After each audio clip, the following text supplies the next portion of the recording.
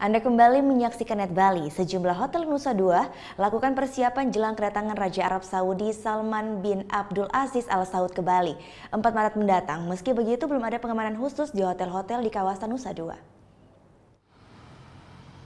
Raja Saudi Salman bin Abdul Aziz Al Saud dan 1.500 orang rombongannya berencana menginap di 4 hotel yang berada di kawasan Nusa Dua, Bali. Rombongan Raja Saudi akan tinggal di Pulau Dewata ini pada 4 hingga 9 Maret mendatang. Salah satu hotel yang sudah dipesan adalah Sang Rezis. Di sini, wisatawan dapat menikmati keindahan panorama Pantai Geger yang letaknya tepat di belakang hotel.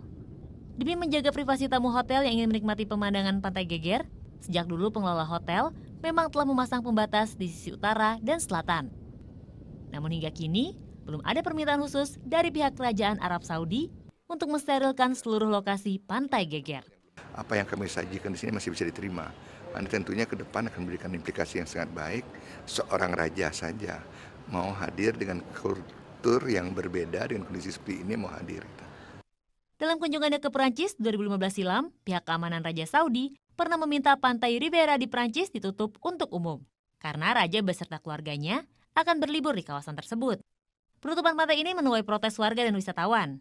Meski awalnya berencana berlibur selama 3 minggu, akhirnya raja dan rombongan meninggalkan pantai di hari ke-8. Muhammad Hasanuddin melaporkan untuk NET. Thank you. Udah selesai nonton beritanya? Jangan pergi dulu dong. Subscribe dulu dan nonton tayangan lainnya di sini. Subscribe, nonton lagi. Subscribe, nonton lagi.